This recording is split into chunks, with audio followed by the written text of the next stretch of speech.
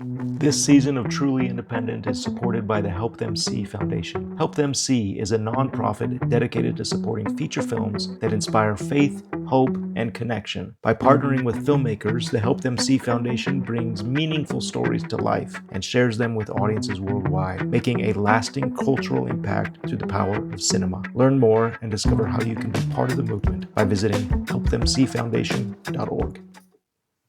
Welcome to Season 3 of Truly Independent. I'm Garrett Batty alongside my co-host Darren Smith. Each week, we'll go in-depth with guests, industry experts, and we'll even share our own experiences, all with the goal of demystifying the independent film process. This season, it's all about the script, from the first spark of an idea to a polished final draft, breaking it down for scheduling, budgeting, and ultimately shooting. We'll walk through every step it takes to get from page to production. Welcome to Truly Independent. Hello, and welcome to another episode of Truly Independent. Darren, how are you? Oh man, so good. We've got some fun stuff happening the rest of this month, which I'm looking forward to, which we're not going to talk about today because, dude, can we talk about what's going on in the box office right now for a minute? We should probably interrupt our regularly scheduled independent film hacking to celebrate independent film hacking. Man, oh man, we haven't covered box office since like season 1, I think, but there are times where we really should celebrate. And there's two things that are going right now, and they're just like, you can't not talk about them. So the first one we should talk about is Iron Lung from the YouTuber Markiplier, Mark Fischbach, who self did everything, like self financed, starred in, wrote, directed, I think did the whole thing, $3 million movie based on a video game, self released, and is now crossed $43 million worldwide. Yeah. It's incredible. It's incredible. And I'm unfamiliar with the movie or honestly with the YouTuber. I know I'm probably dating myself by saying that. But my goodness, what a model, and that he's turning heads, and it's amazing. And he's done it for, I did read an article about it, not to just parrot the article, but Yeah. it's very similar to what most independent filmmakers are trying to do, where they build an audience. He just did it on a massive scale. And then when he was going to open this movie, he was going to open it on a few screens and said to his audience, please go demand the movie or go have your theaters.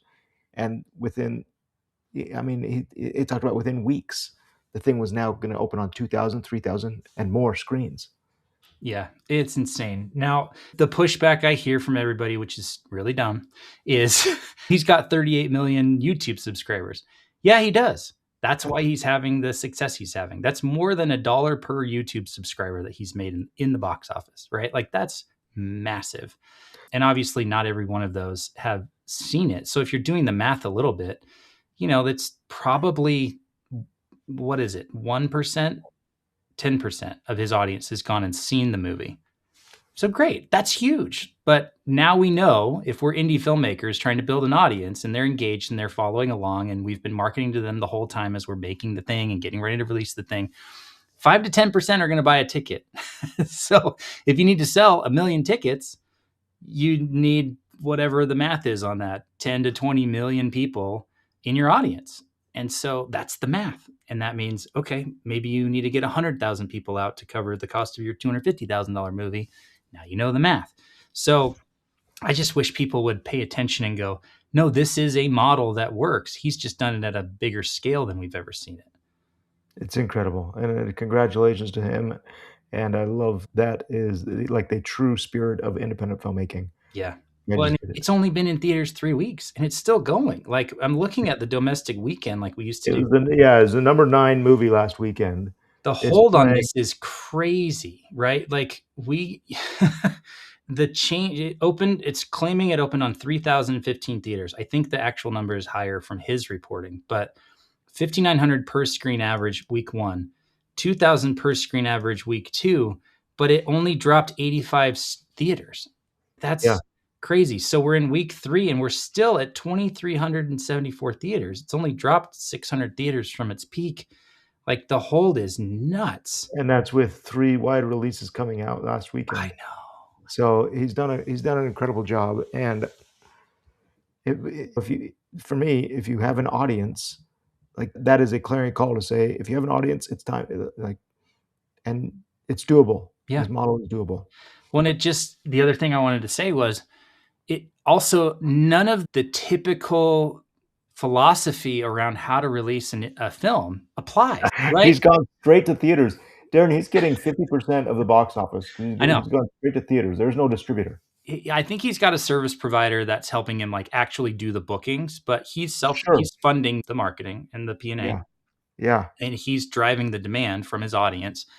And then he's released a horror film based on a video game in end of January 30th, like the dead month of the year. He released a movie that's now done $43.5 million in box office. He wasn't paying attention to like what competition is out there. He wasn't waiting for permission from a distributor to pick his movie. And I don't know if he went out and tried to get distribution or he just said, I'm doing it myself from day one. I don't actually know. But like all of the standard procedure, he just kind of said, no, I'm just going to do it and I'll figure it out as I go. And I just love everything about this story. And I will say, he seems like a good dude. I watched one of his videos before the movie came out where he was brought to tears that like he was in real time, like refreshing and loading his analytics and stuff. And it was like, it hit him that it was on 1,500 screens and he couldn't believe it.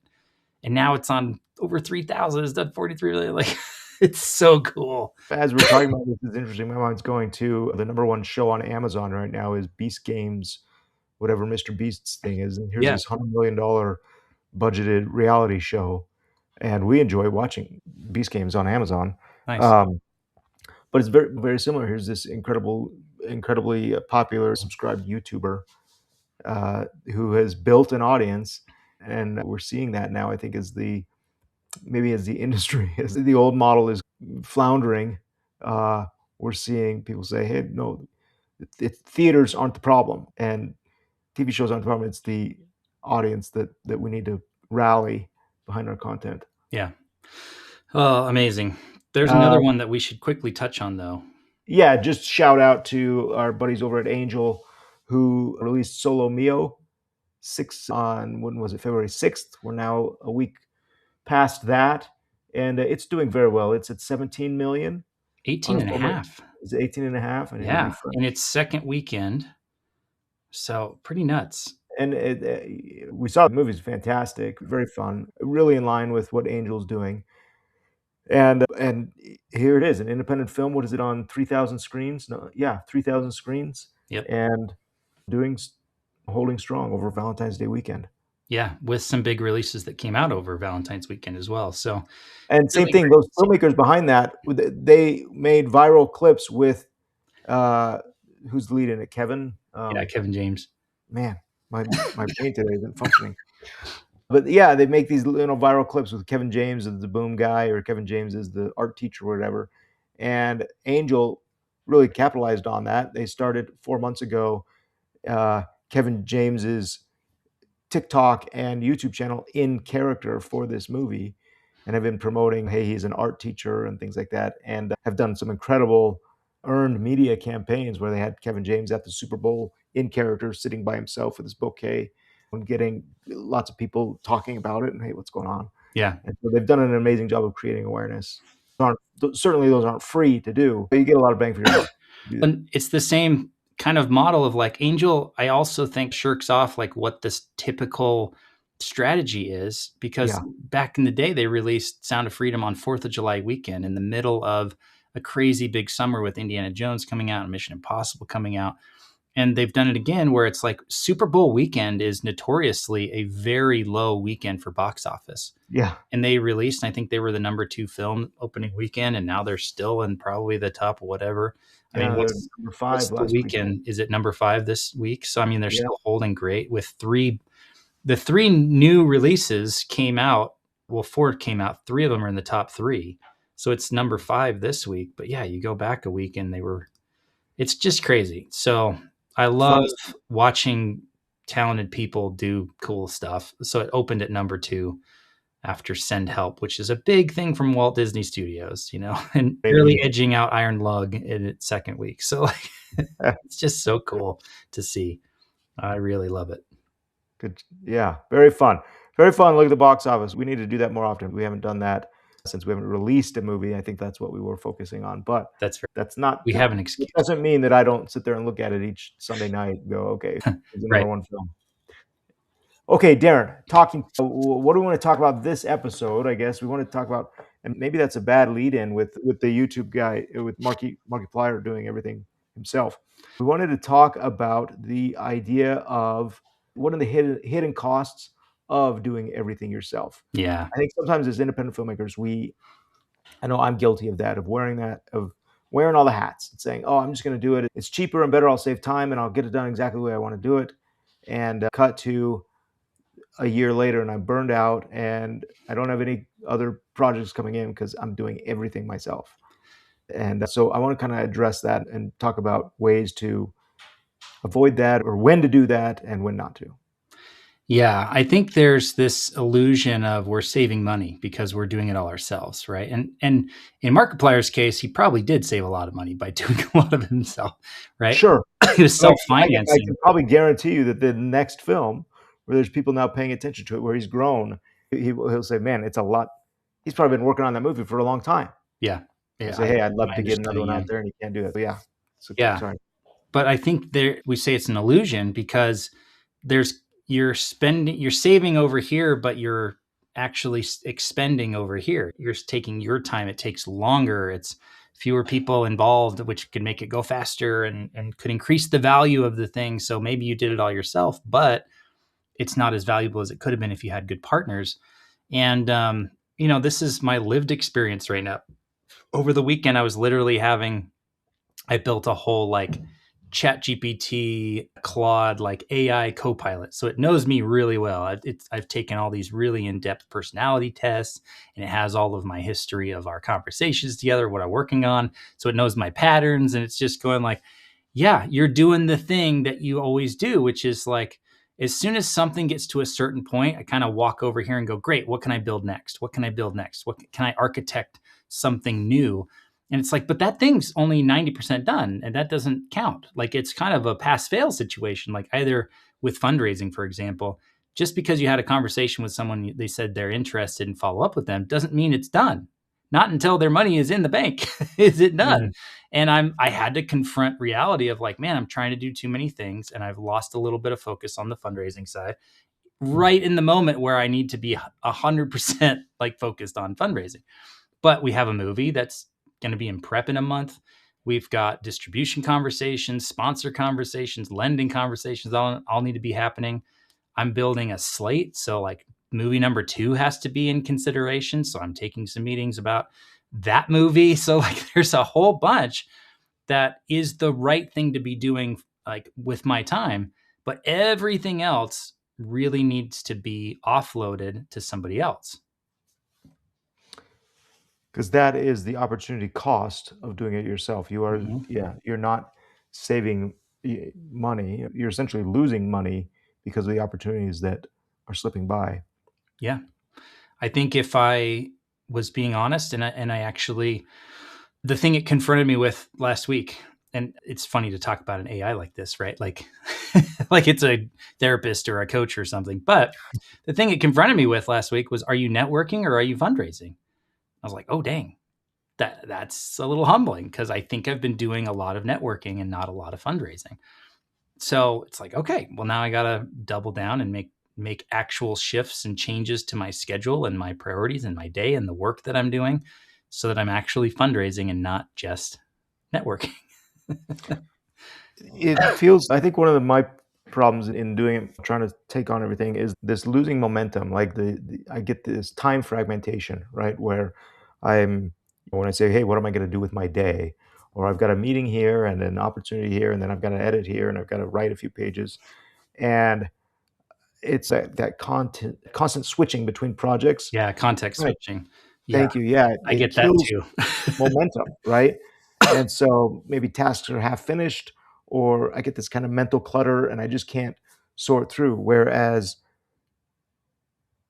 some of these projects that have that creative ownership of it, it requires some serious mental focus, some deep work and strategic thinking, and being emotionally available to these projects that I'm investing in.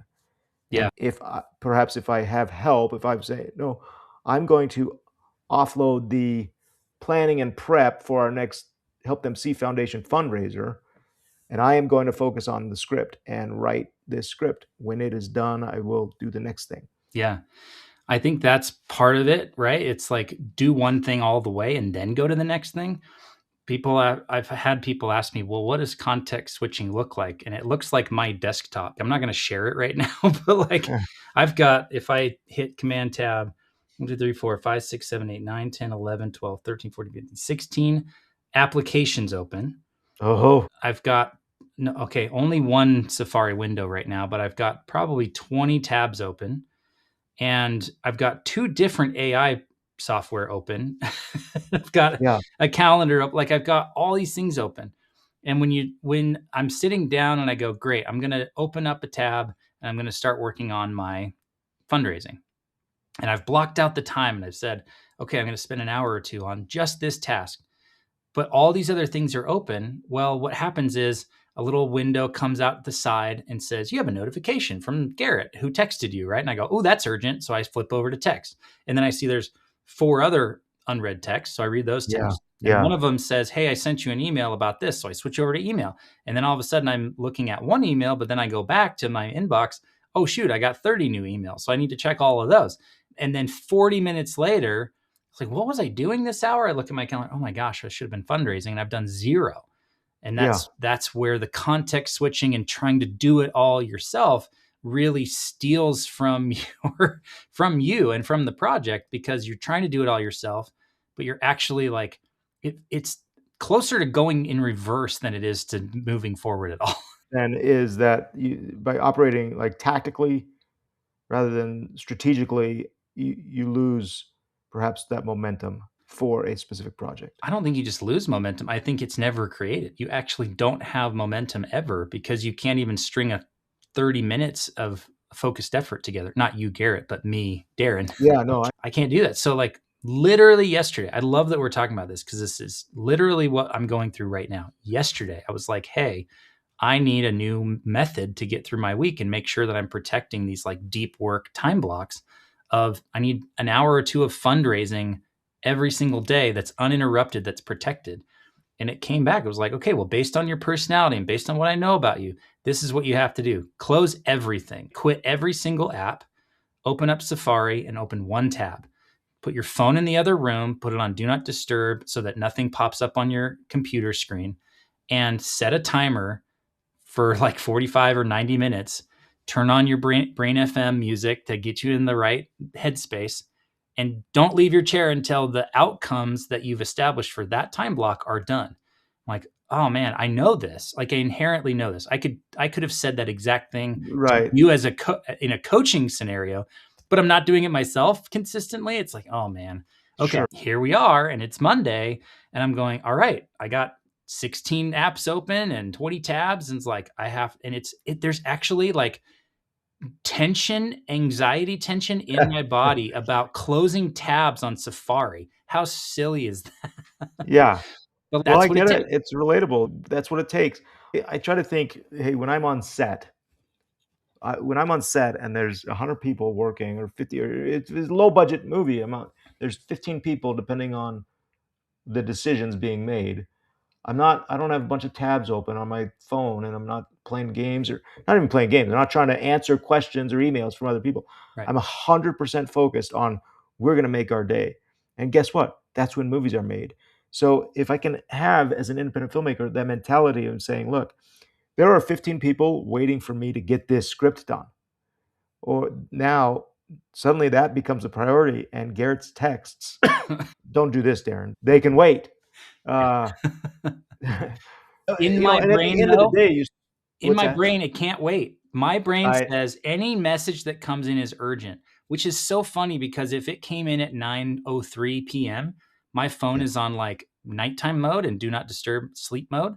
And I wouldn't even know until 10 a.m. the next morning that you texted me, and it would be totally fine.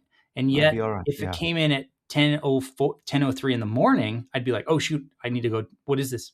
So there's so much weirdness about that. But like you said, when we do that, when we are context switching and have too many open tabs, open loops, too many projects, too many responsibilities, we're creating a situation that we are then complaining about. We're the bottleneck, and we're wondering We're why the it's not bottleneck. moving forward.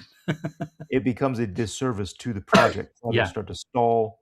They're waiting, right? And these opportunities, they'll just move on yeah, because we become the bottleneck. They're like, oh, I sent you the text, or not even that, but you didn't get it done that I needed to get done. yeah. When you think about the important stuff that is falling through the cracks because you're doing too much of this other stuff, those are the fundraising conversations that should be on your calendar that aren't because they didn't get a follow-up, or a donor conversation that didn't get a follow-up, or a distributor who said that they're going to look at your material and you haven't followed up with them in 2 weeks because you were waiting on them to resurface, or you just forgot because you didn't have a system to remind you that like this is what you should be focusing on every day. And the last 2-3 weeks for me has been a lot of that. We had some travel the last week. I've got more travel coming up this week and next week. And the week after that, actually 3 weeks in a row, I'm going to be traveling. And so it's just like, if you don't have a system that surfaces the most important thing every day, it's really easy for it to get lost in the shuffle of Yeah. I'm doing everything. Yeah. It's so is that the solution, Darren? I know that we're still talking about kind of the cause, but is the system the solution? I think there's a productivity aspect, and I think there's a system aspect for the whole design of the company, right? And we need to expand a little bit because a lot of people are companies of one. I'm a company of one. I'm kind of a company. It's like one and a half. I've got some fractional people that are helping me right now. And with Brotherhood, we have people working on it. You're a company of one. You have your wife helping, you have your son helping, but like we're practically companies of one here. But when you think about it, there's the productivity part, which is like your personal ability to move the needle forward on the things you're responsible for. But then Yeah. there's the systems aspect, which is there are things that you should not be responsible for. But if you don't have anyone there to hand it off to, you can't. It's your responsibility because no one else there to do it.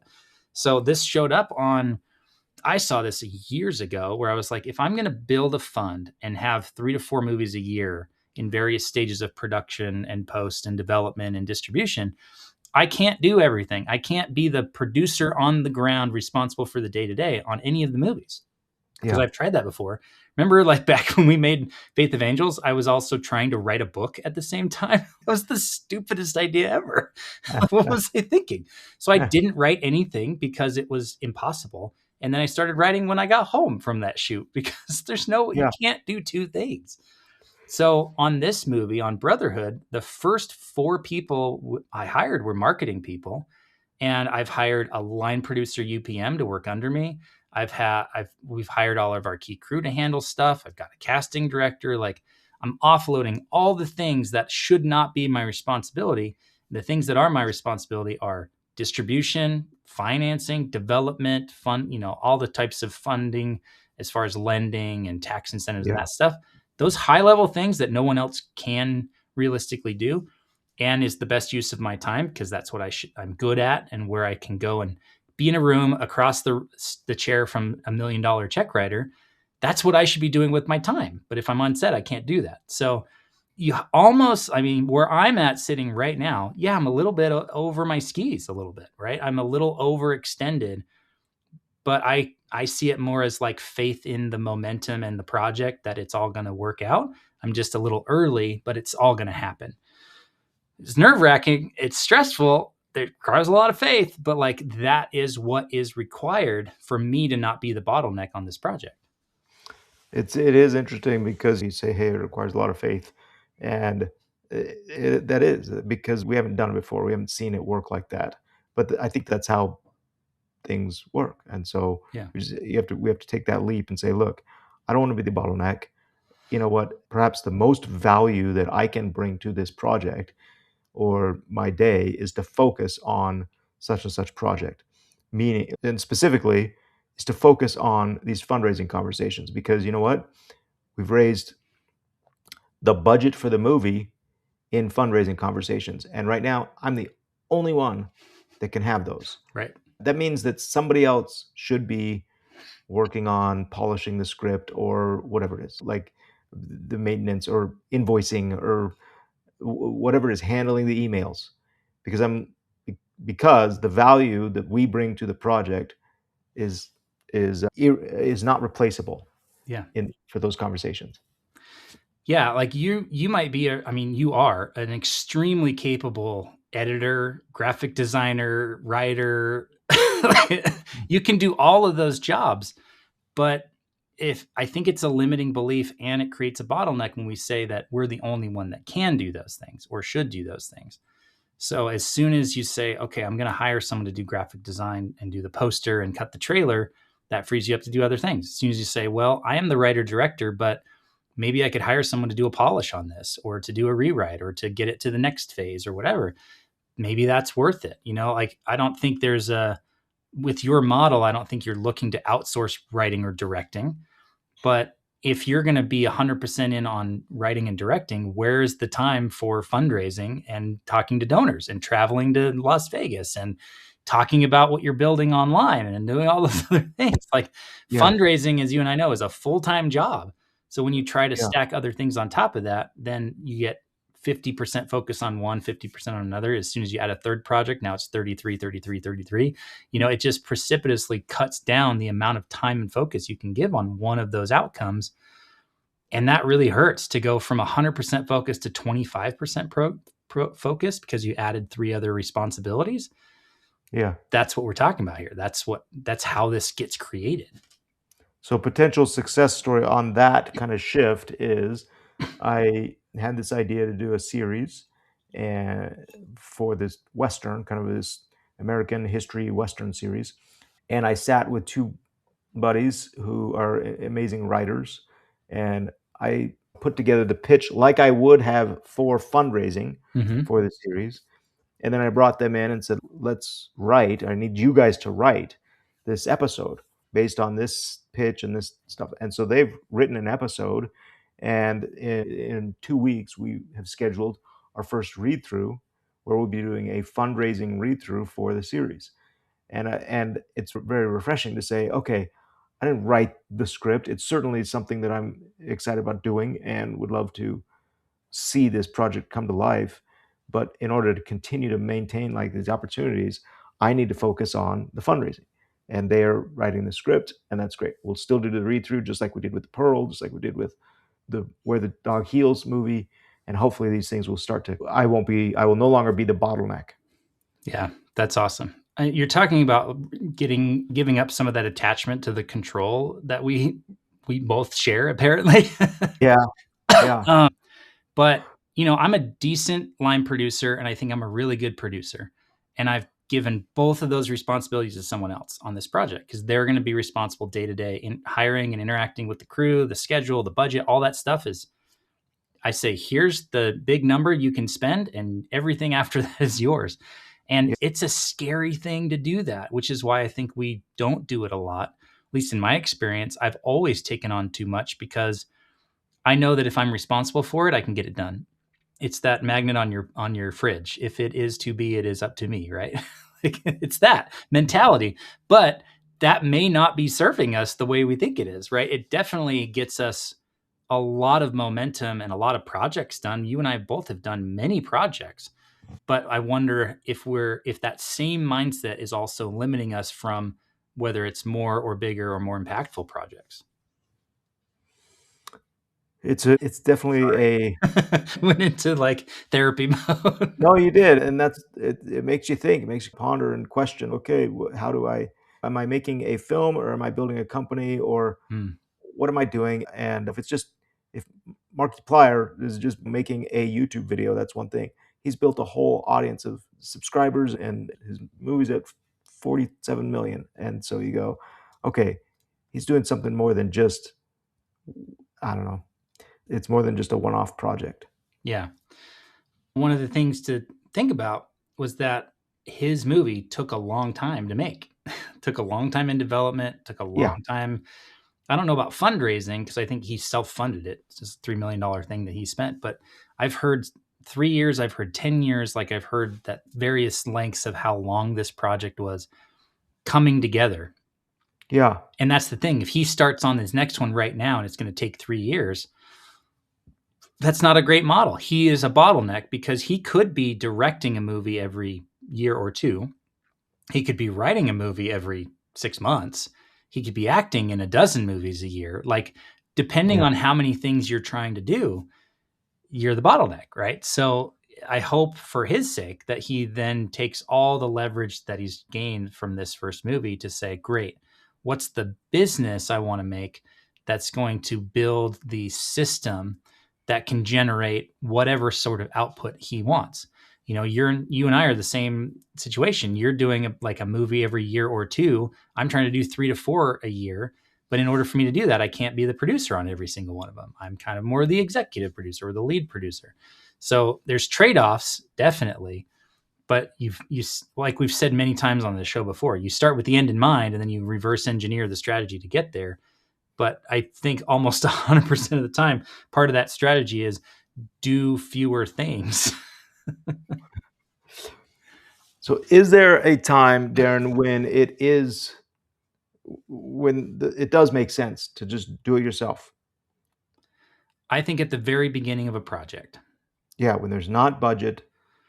Yeah. Or what if it's a brand new, Until brand new before idea. there's any leverage, you are creating all the leverage. So, for example, I'm looking at my company, Craftsman Films, and I've got a fractional CFO, Chief Financial Officer, and a fractional CMO, a Chief Marketing Officer. What does fractional mean? It means that they're not full time. They're not working 40 hours a week. They're not even working 40 hours a month. It's probably 2 hours a week max right now. And what happened was I wasn't able to get those people until I had reached a certain amount of momentum and leverage where I'm going, look, this movie's funded. It's coming out in October, you know, whether we self-release it or someone else is releasing it. And at that point, so what I've done is I've traded, I had enough leverage to where I had the right network where I could say, look, I'm looking for help with this. Here's the cap on how much I'm asking for. I'm not asking for 20 hours a week or 10 hours a week. It's like maybe 10 hours a month, probably more like 5. If you're willing to trade your time for, let's call it 10 months up until October, because I started these conversations in January, said, if you're willing to trade me 10 hours a month up until October, we will convert all of those hours into equity in the fund, and you will be a participant on the upside of this first movie and all the other movies because you'll be part of the fund level, not just this movie. And these two individuals are like, yeah, that sounds amazing. I want to be a part of this. I want to help. I have the bandwidth, the capacity to do it. And even though I don't have the means to pay them the $200 to $500 an hour that they would normally charge, I'm able to use the leverage I do have to get their help and their effort right now to where I can say, look, what I need to do is to have you run the marketing meetings on Monday because I shouldn't be running marketing for this movie. He said, great, I got it. And he started 2 weeks ago. You met him for the first time, and he's going to be the one leading strategy on the marketing. And I will probably be there because I want to be there, but I'm not running it. I'm not responsible for anything. And I'm not a bottleneck because other than those 45 minutes a week, the rest of my time is on fundraising and distribution and financing and all that other stuff. So I think at the very beginning, when you have an idea and you need to get it to the point where it can enroll other people, you are responsible for creating whatever leverage you need to get those people enrolled. I love that. So I think you do it yourself when it's a temporary bridge. You say, okay, in order for me to take this project to this next stage, I've got to do that. But that next stage needs to be the handoff, and it's not that you're not dismissing the project or burdening somebody else with it. You are still very much, I see myself still very much as a creative kind of a manager, overseer of the project. When script pages come in that I haven't written, but that are being written based on the treatment that I did myself, I go, okay, that's great. That aligns with what I wanted to do. We can do a read through, and I haven't written the 60-page script. Yeah, that's exactly right. And I have 6 scripts in the queue for Producer Fund 1 that I did not write and that I haven't even paid for because there are people who I have the leverage where people want to work with me. So they're developing and writing and working on their projects and they're bringing me updates. I'm going, great. When I have the money, I will let you know. But like for now, you're in a waiting pattern along with everybody else. And when the money comes in, then we'll run it through the green light a scorecard and we'll make sure that it's the right next project. And because I have the leverage, I can do that, right? I'm not taking advantage of people. I'm saying, oh, if you want to write for me, I do not have money to pay you to do that right now. So you should write it yourself. You should own it. And if it's the right time and I have the money to do it and it's a project I want to do, at that point, I'll come to you and we'll talk about optioning it. But, it's crazy. Like when you start thinking in terms of leverage, all the effort that you are doing that's maybe not ultimately your responsibility, it actually has a purpose at that point. It's not just diffusing your energy across a bunch of different responsibilities. You're saying, I'm going to strategically put some resources into getting this outcome so that I can then hand off that responsibility to somebody else. It's pretty fun. Love it. Yeah. Okay. Hopefully, I don't know if just us talking about, hey, these are problems, actually offers any sort of solution, but hopefully there's been some solutions that have been planted along the way. Yeah. As far as how to avoid this. But yes, I mean, ultimately, I think at the end of the day, as we're trying to grow or keep from just doing one movie every 2 years, there's got to be, I have to realize that there is a cost of doing everything yourself. Yeah. And it's probably very expensive. Yeah. Well, I think there's this fun question. You can almost flip things around and say, look, if someone came into your business and said, I will give you $100,000 to stop doing the things you shouldn't be doing, what would you stop doing? And all of a sudden it's a forcing function of like, oh, the best use of my time is this and maybe this. I would say cap it at 3 max. And that becomes your, like, you can call it a zone of genius. You can call it your boundary. You can call it whatever you want. But like, you as the business owner get to do 1, 2, or 3 things. And that's it. Everything outside of that is now going to be outsourced and delegated to someone else. And if you don't have that person, then oh, the most important thing I need to delegate right now is this. So I need to go find that person. There you go. Now you have a direction and you have an outcome and you go. That's how you build it all up. I'll take that $100,000. Yeah. Okay. Good. Darren, it was a good conversation and a lot to think on. We head out tomorrow for NRB. So hopefully this next episode, we'll do a recap of NRB, or we look forward to talking with people out there. And then the week following is Zion's Indie Film Fest. Yeah. I will be in New York the whole week. I'm so sad about it because Monday I fly out and I don't get back till Friday at like 11 o'clock p.m.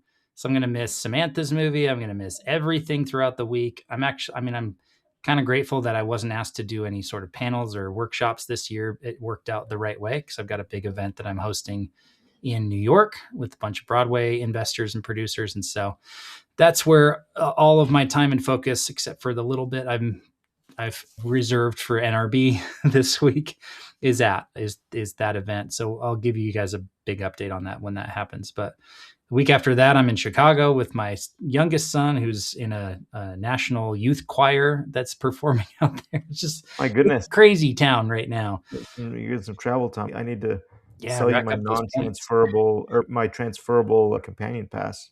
Hey, there you go. Expires next month. So I'll buy it from you for $20. How about that? deal. Sold. Yeah. I would love to know if there are questions from today's podcast, though. I imagine it's going to resonate with a lot of indie filmmakers who feel like that's exactly what's happening. I'm doing everything myself and making no progress. So what do I do? I'd love to hear questions and even come back to this topic and answer some of those questions. So if you're listening, which you are, because you wouldn't hear this otherwise, send in some questions. Let us know what you think. Okay. Sounds great, Darren. Thanks so much. We'll look forward to chatting with you next week. Thanks everyone for listening, and do please send in those questions. This season of Truly Independent is supported by the Help Them See Foundation. Help Them See is a nonprofit dedicated to supporting feature films that inspire faith, hope, and connection. By partnering with filmmakers, the Help Them See Foundation brings meaningful stories to life and shares them with audiences worldwide, making a lasting cultural impact through the power of cinema. Learn more and discover how you can be part of the movement by visiting helpthemseefoundation.org. Thanks for joining us. If you are enjoying Truly Independent, please share and subscribe so you don't miss the rest of the journey. Today's episode was edited by Michael Bradford and produced by 3 Coin Productions.